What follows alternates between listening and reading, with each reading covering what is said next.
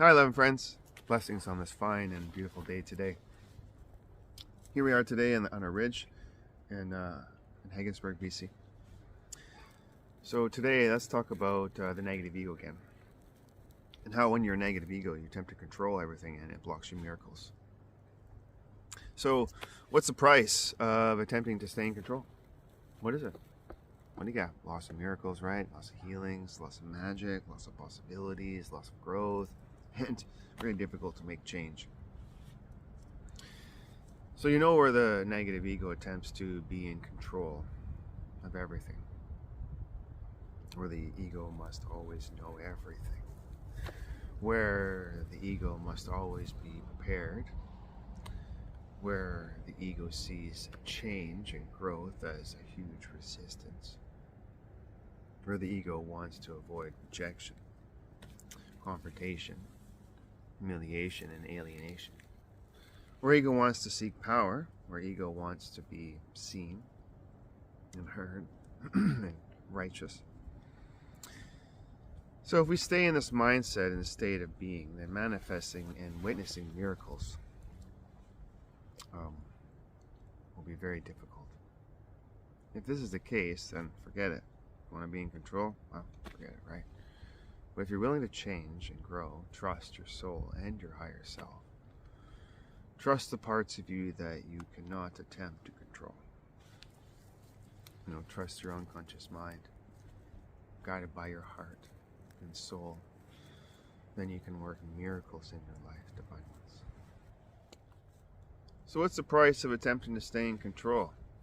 Well, loss of miracles, healings don't work, can't use your magic, lots of possibilities, lots of growth, very difficult to change, right? Now's the time to give up, your attempt to control. Practice this first to get a feeling, then an action, then a state of being. So let's take an example from the carnival here. Those games you can throw a ball at the standing pins, and if you knock them over, well, you win a prize. Well, that carny person says spend $1, spend $2, spend $1, and knock over the pin and win the prize.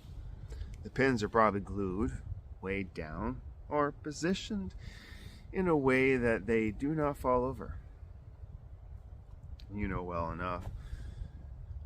You will probably not knock it over, but you try to control the situation anyways to see if you can this time.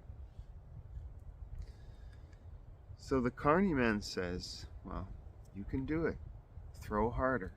It will only cost you a few dollars. Throw it to the left more.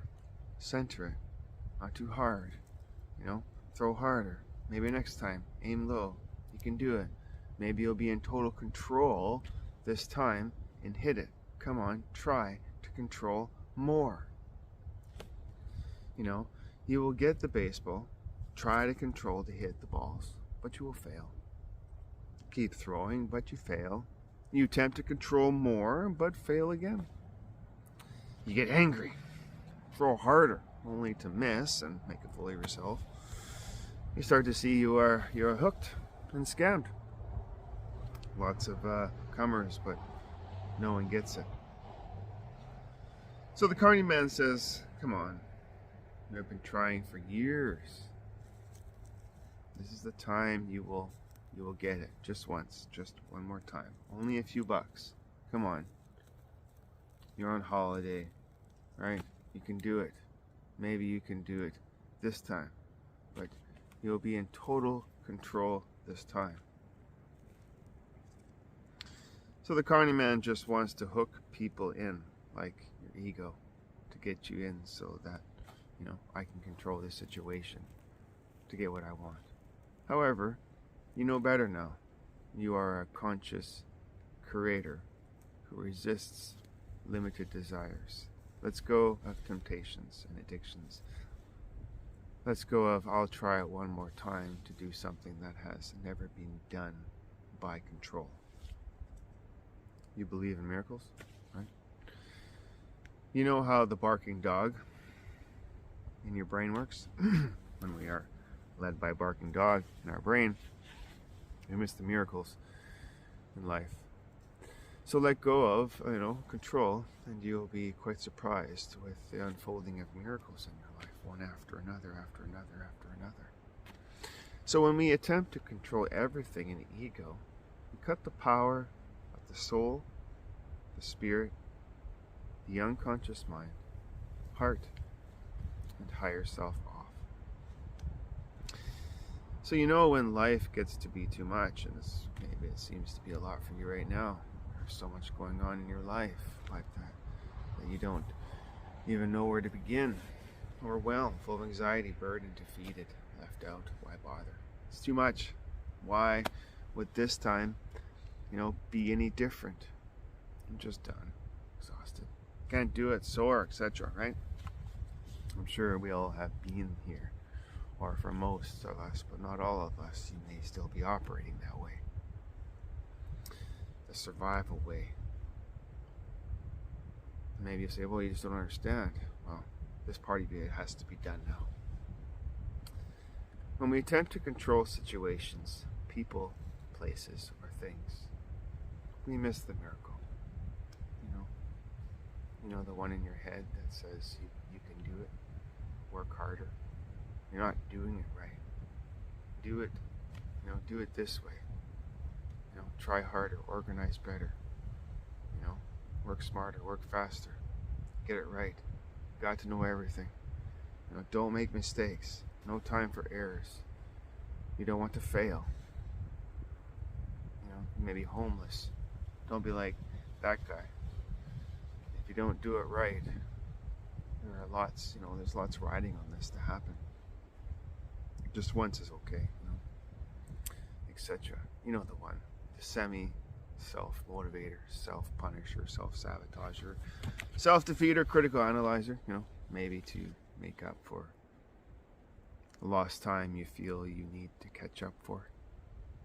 Maybe you feel you're getting too old, so you better be prepared.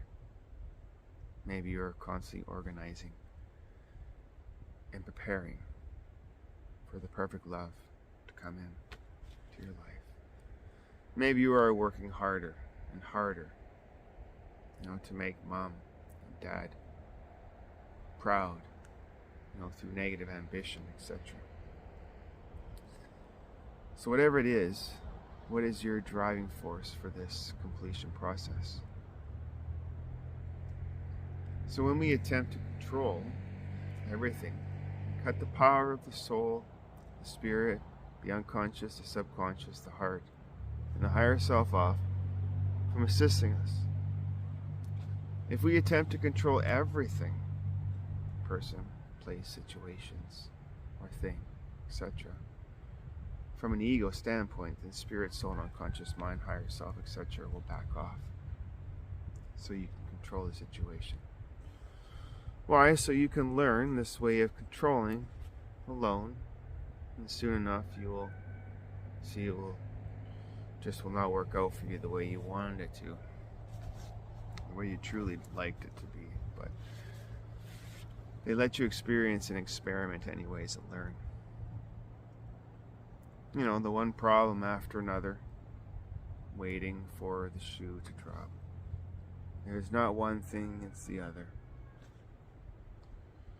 Never on time, it's always me, poor me, why me, how did this happen, etc. fades away as the soul, spirit, unconscious mind, higher self just line up miracle after miracle for you. You see, the soul does not speak English. Your soul speaks through imagination. And the soul speaks usually slower than your tongue. Your spirit also speaks slower, very slow, through a process of creative light, which is the food for the imagination to ignite. Then there is your unconscious mind, which speaks slowly too, through portraying a powerful vision of yourself in a higher state of being. Then there is your heart, which just speaks slowly too, by planting the seeds of gratitude and all the heart that it does. Your higher self, soul, spirit, heart, and unconscious mind all speak through traditions, rituals, etc. What are a tradition and sacred rituals? After you meditate or heal, pause. Let the mist and dew from the healing settle.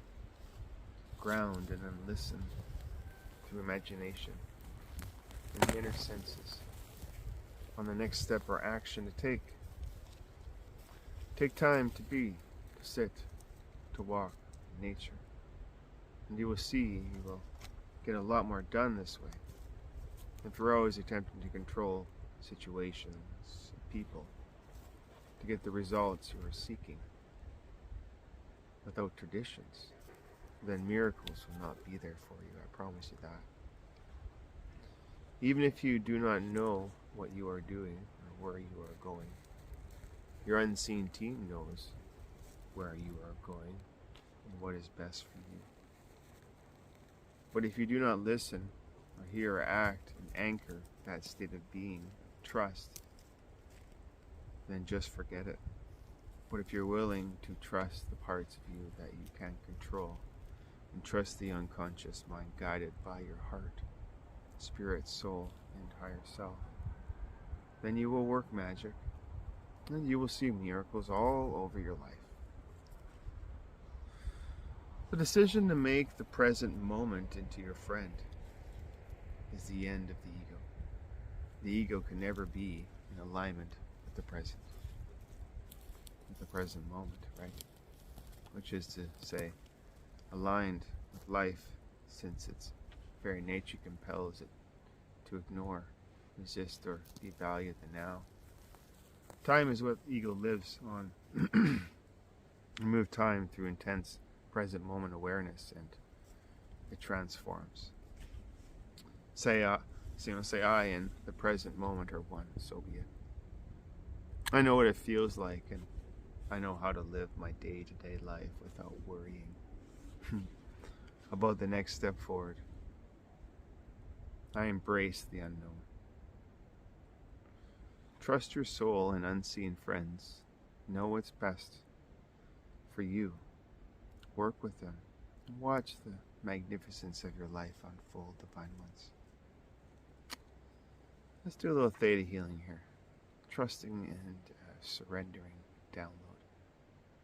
I know the Creator's perspective, definition on trusting and surrendering. I know the Creator's, definition of trusting and surrendering. I know what it feels like to trust and surrender. I know what it feels like to understand how to trust and surrender. I know when to trust and surrender. I know how to trust and surrender. I know how to live my daily life by trusting and surrendering. I know it's possible to trust and surrender. Okay, let's do another theta download. Soul connection. I understand the Creator's definition of soul connection. I understand the Creator's perspective on soul connection. I know how to connect to my soul. I know when to connect to my soul. I know what it feels like, and I know how to live my day-to-day life connected to my soul. I know it is possible to experience soul connection. And if you would like this download, trust and surrendering and the soul connection on the core, genetic, soul, and history level, and just say yes for download. And thank you for listening to me today. This is Chris Parr, Syrian and Lemurian Wisdoms and Teachings.